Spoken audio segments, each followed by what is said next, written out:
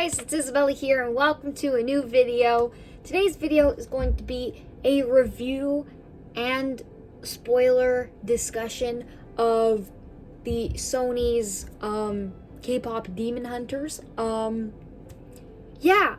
this came out, I didn't really hear much about it, but then within the last 2 weeks, I've been seeing stuff popping up all over my feed, on Instagram, and people have just been really going crazy about this movie, and I really didn't think it looked that interesting, until a couple of friends of mine, told me that it was really good and that I had to see it, and so I watched it with one of my friends, and, I have to agree, it was really, really good.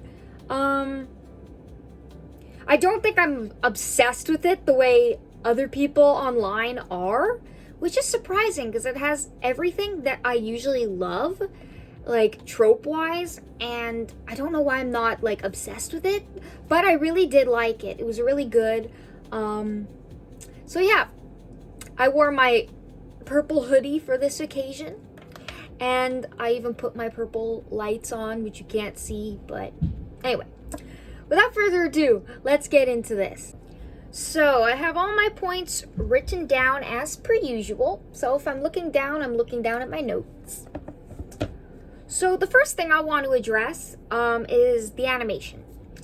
The animation is beautifully done. It is gorgeous. Everything looks amazing in terms of the movements. It looks so smooth, and the action scenes, oh my god, it was so exciting, kind of like giving Spider-Verse a little bit in the action scenes, and I was really liking that. I think when it comes to animation, Sony is really upping their game. The styles that they're doing are just beautiful and gorgeous and artistic, and I love it. I love it so much. It's like my favorite part of their films are the style in which they do their 3D, and yeah, I really love it. Let's see, what else did I have to say? So yeah, I think Disney should take some notes from the animation style, because they really, all their films, their 3D style tends to stay the same.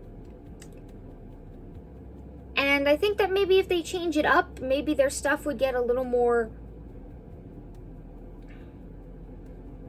Well, I don't know. They tried to change it up with Wish, and that looked awful. So, anyway. Also, in terms of animation, it definitely felt a bit of an like anime inspired. Also, there were some anime stylizations that were implemented in a cute way. For example, because like in 3D we usually don't really see these like anime style animation things. How do I explain this? Basically, it's like in anime you see the eyes becoming different things, sometimes like hearts or whatever. They did that in this movie really well. They did the eyes becoming like or was it? No, it was the tears, the popcorn tears. Those were funny. I was like, this is so anime.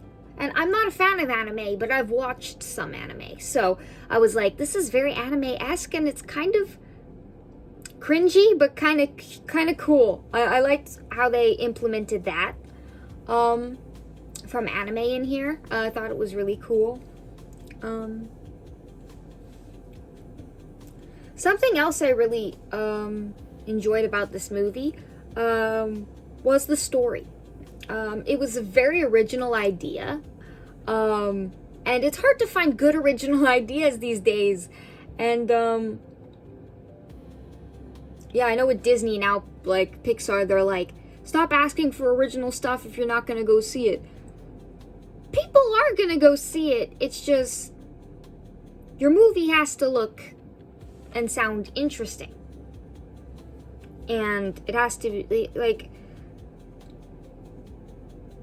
this one was just really good. I liked it even though I'm, like, not a fan of K-pop. So, yeah, I've heard other fans say the same thing. They say, I'm not into K-pop, but I like this. So, yeah, it's bringing a lot of people, not just K-pop lovers, into this new fandom, I guess we're gonna call it. Because I can see it becoming a fandom and see this, like, becoming a maybe a franchise. I would watch a sequel. So yeah. Next I want to talk about the songs. Some of the songs were catchy. Some of them, to me. But not all of them. The best ones were, well, the ones that I liked were How It's Done, Free, and What It Sounds Like. Those were the most inspirational songs. And yeah, How It's Done is very, very catchy, and the beat is just really great. So yeah, I got addicted to that song. Can't have it on repeat. Yeah, very great. Free was really, really sweet. That was the song that I was just like, you could apply this to so many ships and make like edits with this song. It is so, so good. I loved it. It was so sweet. Yeah, when Rumi and what was it, Jinu sang it, I was just like, okay, I ship this. I shipped them a little bit before the song, but I also, like, the song just made it even more emotional and beautiful, and I loved it. And then What It Sounds Like was a really inspiring song of her finally stop, like, not holding herself back anymore, or the parts of her that she didn't like, and her finally being honest with herself and with the people she loves, which are her friends slash bandmates. And it was a beautiful kind of coming out song, kind of. But yeah, it was inspirational, so I really liked it. Now let's talk about the tropes, because as I said, this has like so many tropes that I personally eat up all the time. I look for books just with this trope all the time, and even just content in general, movies, TV shows, anything. So yeah, first off, Rumi being half demon and half hunter was great. I love it. It's like classic turmoil of, oh shit, I'm half of this thing that I've been taught to hate, and I'm very ashamed of this. And it's like, that's such a good character journey to like go on. And I loved it. It was great. Her learning to accept that part of herself, and yeah, I love that. It was so good. I also liked the enemies to doomed lovers, kind of. Don't know if Jinu is dead or not. He seems to be, but who knows? Like, why would they set this up and then just, I don't know. Anyway, so yeah, I like this trope a lot. Yeah, she's a hunter and a demon, but like, he's basically the thing she's been taught to fight against her whole life, demons, and been taught to like, that all demons are bad and stuff, and she ends up falling for him, and even when she knows she shouldn't. And that's because he understands her and she understands him on a deep level that no one else understands them like they do. So it's kind of like really sweet. And also the whole, he's working for the demon like king, I guess. I don't really remember his name. I'm not fluent in this universe yet. But yeah. No. I didn't feel that threatened by him as like an enemy force to like the whole Hunter's gang. I didn't really like, I don't know. It was an antagonistic thing, but it wasn't that bad. But it was good enough that I like was shipping it, because I was like, the moment those two met, I was like, he's an arrogant asshole. And then later on, like, I was totally into it, because I saw that at the beginning even Rumi was into Genu, and it was like, then she realizes what a jerk he is, and then suddenly, nope. And then realizes he's a demon in the beginning, and then is like, yeah, these people are, no. And then she falls for him anyway. Great, loved it. It made me sad when he died. I didn't cry. I know some people on the internet are really sad about this, and it was sad. Yeah. I don't know why they give fans a ship to root for if they're just going to end it like that.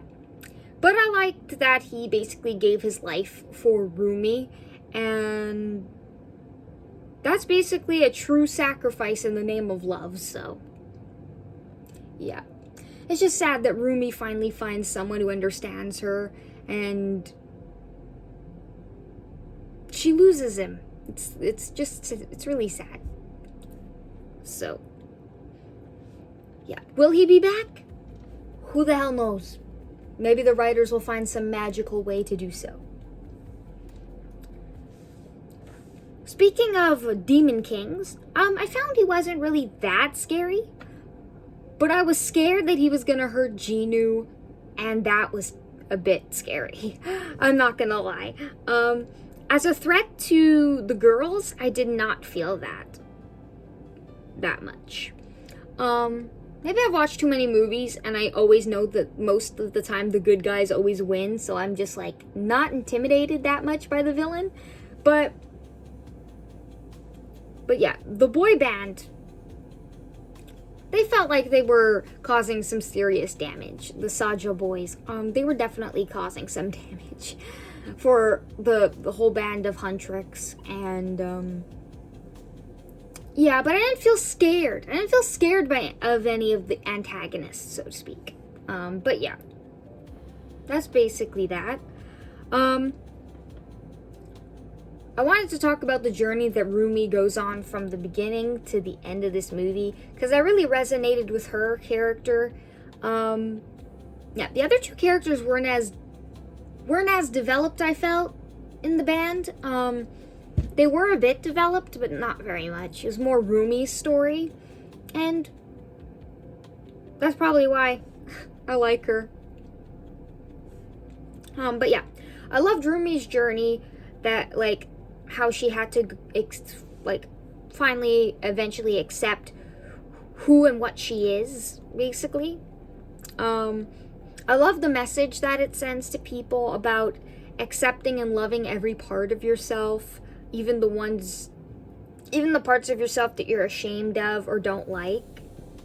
And a person who loves you will love your flaws and will see them as beautiful and will accept you for them. And if they're not a good friend, then they won't, and you're better off without them. But anyway, her friends in the end accept her, so that was good. At first, when they were not very accepting, it was kind of hard to watch. But yeah, I liked that in this whole message is basically you can't live a fully happy and successful life until you accept every part of yourself. And that's really important in real life, not just in a cartoon with fake people, fake characters. So, yeah. Something in the movie, though, that I didn't understand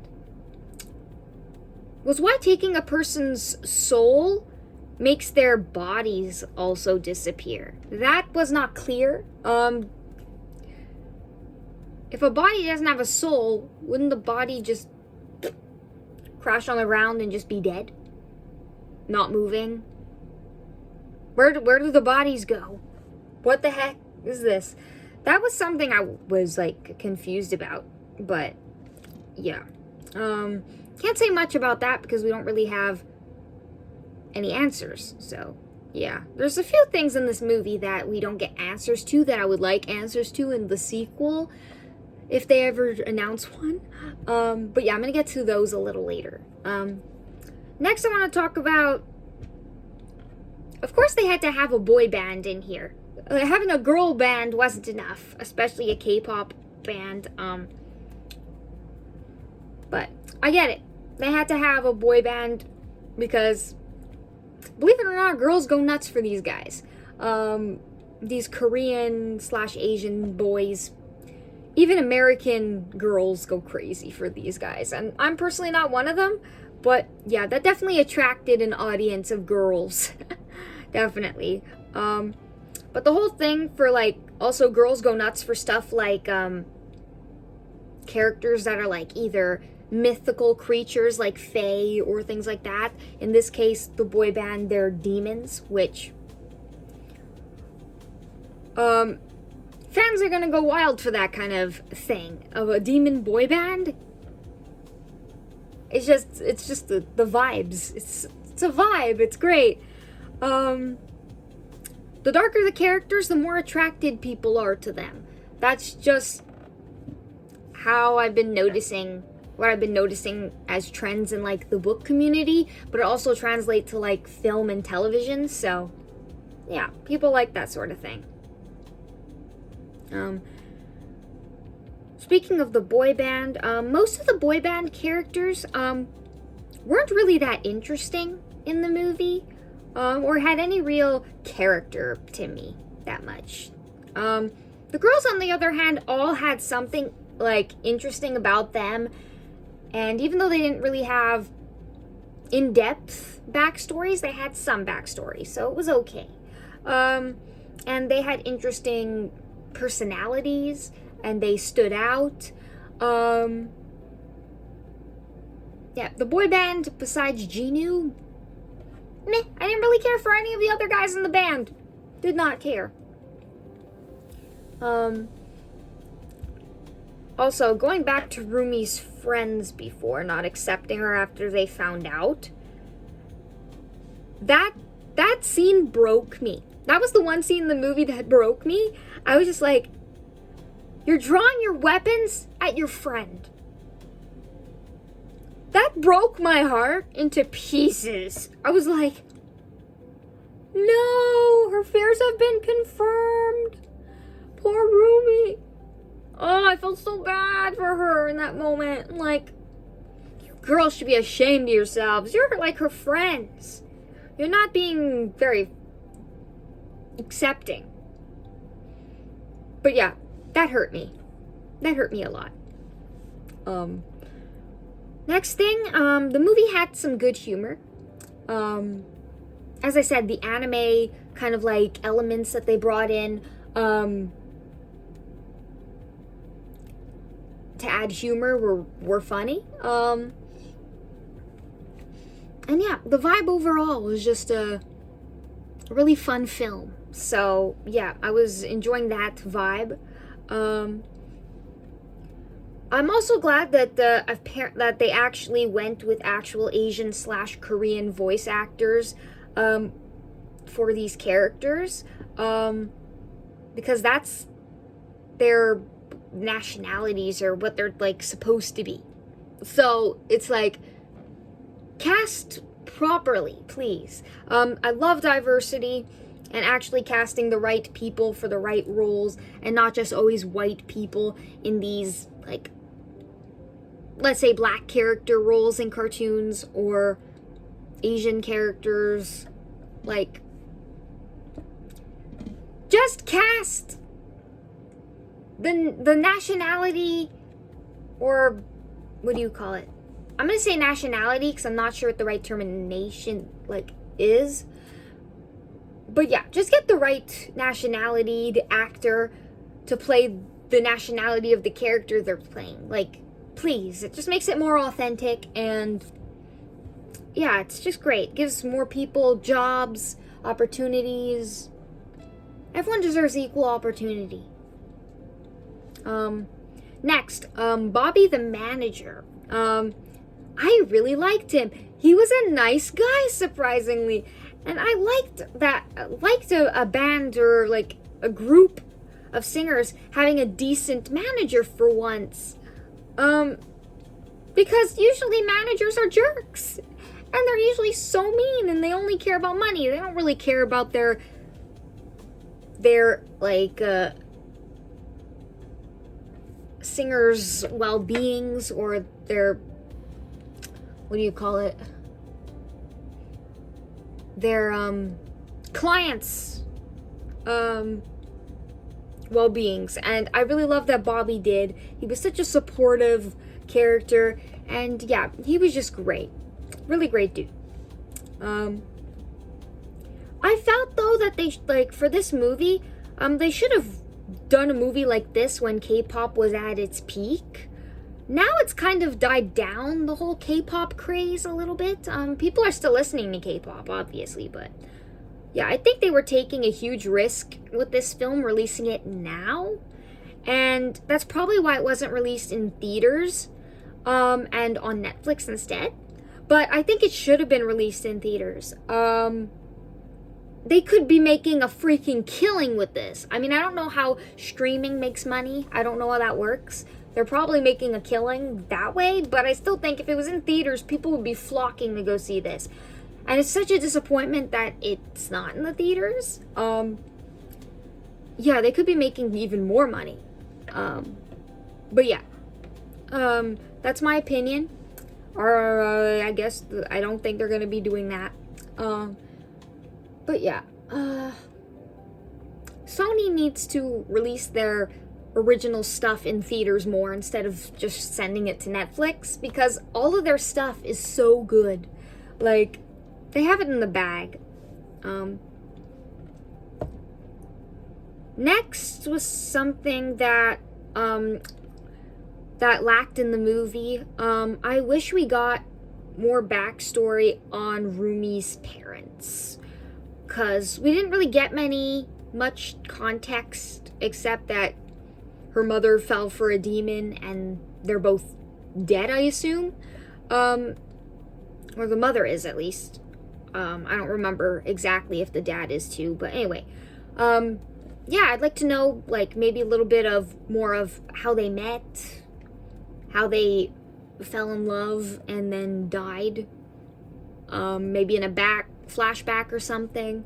But yeah, I'd like more answers because we didn't really get much revealed. And I understand the movie was short, so they couldn't really go into certain things. But yeah, I'd like more of that in the next movie. So yeah, speaking of the length of this movie, since it was so short, the pacing was a bit off. The pacing could have been better.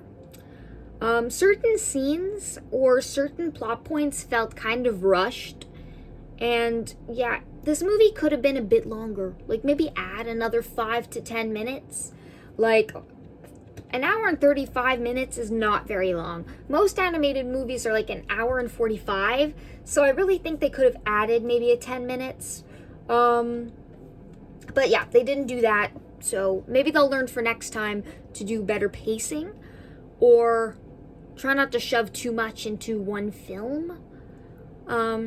Yeah, we'll see if there's even a sequel. Next, the final battle was really cool, but it felt a little easily won in my opinion. Sure, Rumi had a moment where she was struggling to stop the Demon King. But yeah, it still felt like the battle was easily won.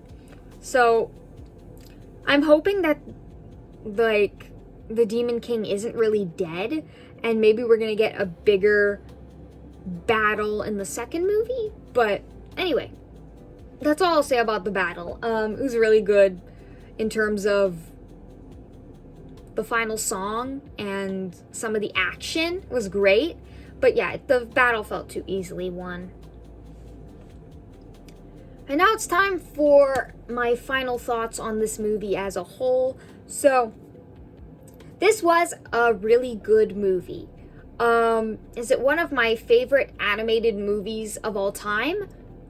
No. But I really had a fun time with it, and I would watch it again. It was just one of those movies that it's still stuck with me. Just, I'm not obsessed like other people are. But it's on my list of animated movies I enjoyed and would watch again. But yeah. Some people are crazy about it. I'm personally not crazy about it, but I definitely enjoyed it. And I think it's definitely worth the watch. So, if you guys are wondering whether or not you should watch this, don't know why you'd watch a spoiler video before you're seeing it, but whether you have seen it or not, I think you should if you have not. And if you're apprehensive like I was, I think you'll enjoy it too. I'm usually very picky about what I like to go see, and that's why I wasn't gonna watch this initially, but then a friend told me it was good, so I gave it a chance, and I ended up actually liking it. So, yeah, that is my review, and those are my thoughts on the film. If they make a sequel, I will watch it. And if they make a TV series or like this as a franchise, I'm there to watch them. I'm going to follow it if it becomes a franchise. I liked it enough to definitely say that. So yeah, thank you guys for watching. Please like this video if you like my discussions of movies and my reviews. And please comment down below if you've seen K-Pop Demon Hunters. What were your favorite parts of the movie, or what your favorite song was? And please subscribe for more animation and just stuff, reviews of animated films, reviews of shucks, anything really. But yeah, thank you guys for watching, and I'll see you in my next one. Bye-bye.